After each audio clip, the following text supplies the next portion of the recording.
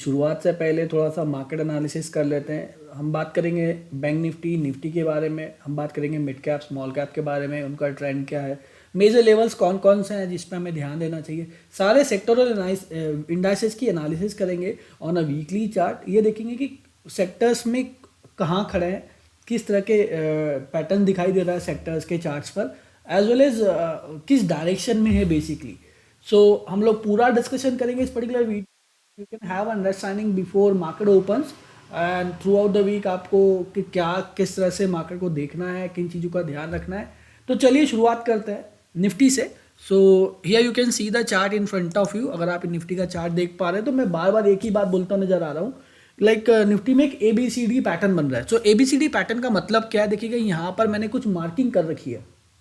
इस मार्किंग में ABCD ये एक पैटर्न होता है which is consider to be an kind of harmonic pattern. Basically ये हार्मोनिक पैटर्न की कैटेगरी में आता है, but still I also use these pattern for the understanding the market. So क्या हुआ कि A से B तक जब बाजार आया, वहां से रिट्रेसमेंट जो होता है ना, ये 50% का रिट्रेसमेंट है। मतलब A से B तक का जो फॉल है, इसके बाद मार्केट ने एक रिकवरी दिखाया है एंड रिकवरी दिखाकर प्रीवियस फॉल के 50% को कवर कर लिया है, बट पूरा कवर नहीं कर पाया और उसके बाद गिरावट आई। तो जैसे ही ये बी के नीचे क्लोजिंग लेता है ना, तो उसके बाद मार्केट में फर्दर बियरिशनेस देखने को मिलती है। एंड ऐसा कंसिडर किया जाता है कि ये जो ए से लेके बी तक का जो फॉल आया था, इतना ही फॉल हमें आगे भी देखने को मिल सकता है फ्रॉम C टू D। तो इस तरह से यहाँ पर जो D पॉइंट नजर आता है, ये पॉइंट आता है 21,800 के आसपास। तो मार्केट हो सकता है 21,800 आ जाए, ये एक क्रूशियल सपोर्ट नजर आ रहा है।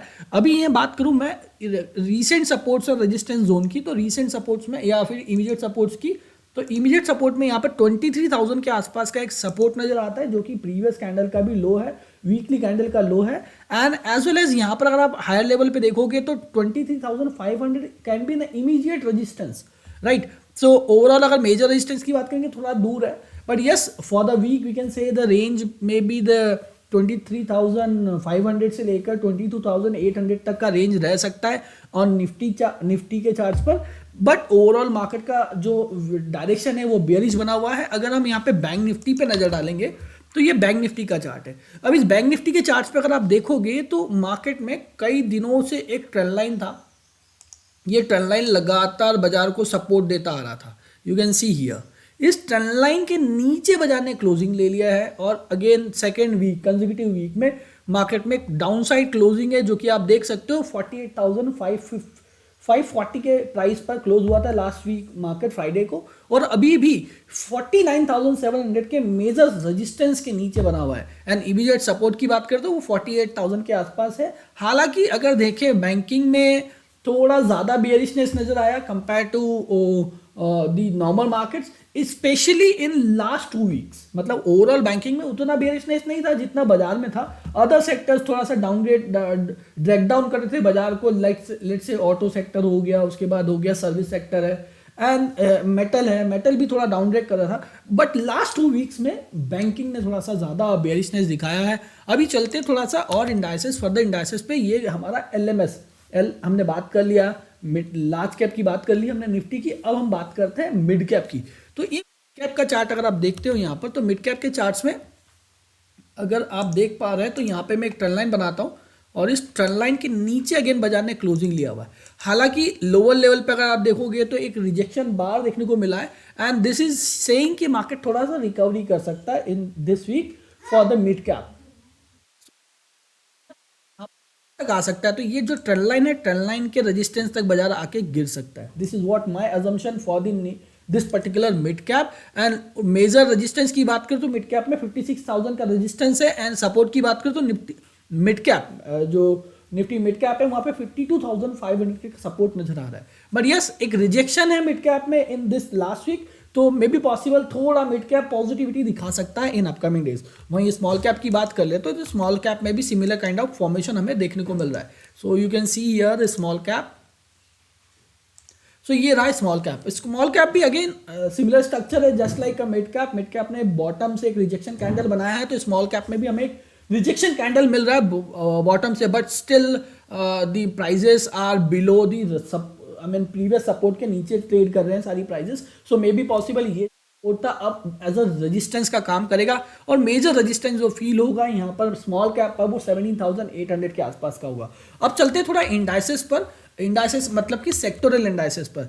तो सेक्टोरल इंडाइसेस में बात करूँ, थोड़ा सा आईटी सेक्टर जो है लास्ट 2 वीक से बहुत स्ट्रांग होल्डिंग नजर दिखा रहा था, मतलब थोड़ा सा पॉजिटिविटी दिखा रहा था। बट इन्फोसिस के रिजल्ट्स के बाद एनएससीएल में जो डाउनसाइड ब्रेकआउट आया है ऑन द स्टॉक्स, सो उसकी वजह से यहाँ पर आईटी ने भी अपना प्रीवियस स्विंग लो ब्रेक किया। एंड इवन ये जो ट्रेंड लाइन नजर आ रहा था कई दिनों, मतलब यू कैन सी मार्केट लगातार इस ट्रेंड लाइन के सपोर्ट पे ट्रेड कर रहा था, but on a weekly basis एक बहुत बड़ा, it's just like an engulfing bar या कैंडल बोल दे, वो देखने को मिला है। And right now closed at 42,000 which is around we can say कि ऑलमोस्ट क्वार्टर का डाउन लोएस्ट प्राइस पे यहाँ पे क्लोजिंग देखने को मिली है। अगर अभी इमीडिएट सपोर्ट की बात करेंगे तो वही 41,500 के आसपास का इमीडिएट सपोर्ट नजर आ रहा है। कहाँ पर? निफ्टी आईटी पर। अभी नेक्स्ट सेक्टर पे चलते हैं, तो निफ्टी सर्विसेज में या फिर निफ्टी सर्विस सेक्टर की बात करें तो अगर आप देख सकते हो यहाँ पर एक लोअर स्विंग ब्रेक नहीं कर पाया था, और अभी क्या हुआ है कि इस डबल टॉप का ब्रेकआउट लेके बाजार ने नीचे क्लोजिंग ले लिया है और again heading towards the down side. तो थोड़ा सा बेरिशनेस दिखने को मिल रहा है। अगर आप इसके मैक्सिमम टारगेट्स अगर मैं देखूँ कि कहाँ तक जा सकता है डाउन साइड, तो ये जो विड्थ है या फिर ये जो स्पेस दिख रहा है, इतना और स्पेस हमें देखने को मिल सकता है फ्रॉम दिस पर्टिकुलर नेकलाइन। तो मे बी पॉसिबल थोड़ा ज़्यादा बेरिशनेस नजर आता है। अब नेक्स्ट सेक्टर पे बात कर लेते हैं। नेक्स्ट सेक्टर आ जाता है फाइनेंशियल सर्विसेज। तो बैंक निफ्टी के against, just like bank Nifty क्या था, बैंक निफ्टी ने अपने इस पर्टिकुलर ट्रेंड लाइन का ब्रेकआउट डाउन साइड दे दिया है। बट फाइनेंशियल सर्विसेज मतलब वो कंपनीज जो नॉन, आप बजाज हाउसिंग फाइनेंस की बात कर दूँ या फिर मैं बात कर लूँ चोला जेएम फाइनेंशियल्स की बात कर लूँ, या कोई फाइनेंस से जुड़ी कंपनी जो कि बैंकिंग का काम नहीं करती बट फाइनेंसिंग में इन्वॉल्व है, उन कंपनीज का जो इंडेक्स है ये दिस इज, कई लोग इसे फिन निफ्टी भी बोलते हैं। It is a Fin Nifty itself. But yes, ये जो है थोड़ा पॉजिटिविटी के साथ बना रह सकता है over the period of time in next week just compare to the bank Nifty. अभी नेक्स्ट इंडेक्स पे बात कर लेते हैं। नेक्स्ट इंडेक्स में बात करेंगे तो निफ्टी ऑटो जो है सबसे ज़्यादा बेयरिशनेस दिखाया था लास्ट 1 मंथ में।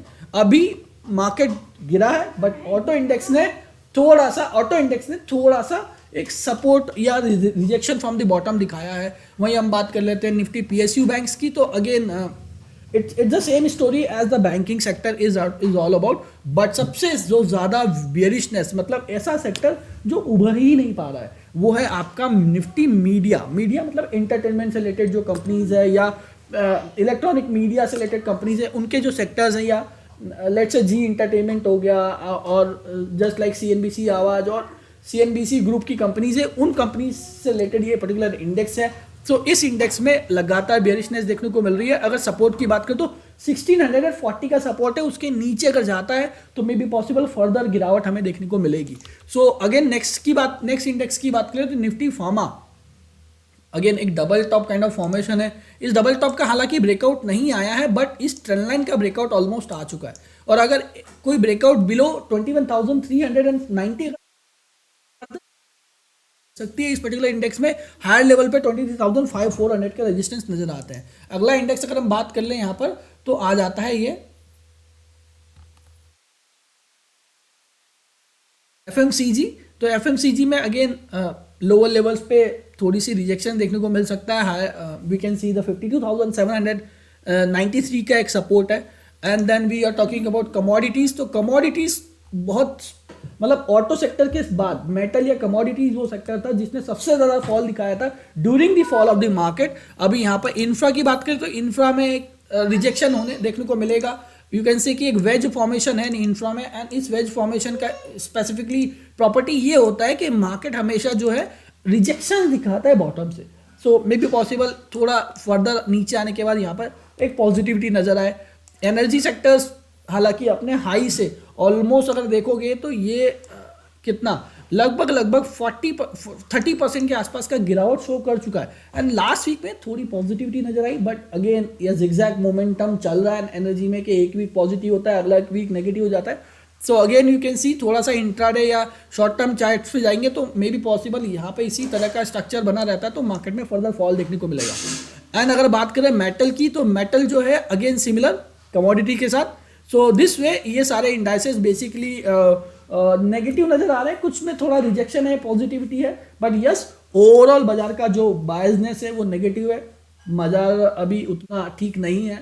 ठीक होने के लिए निफ्टी को थोड़ा 24,500 के ऊपर आना पड़ेगा, तब हम सोचेंगे कि थोड़ी पॉजिटिविटी नज़र आ रही है।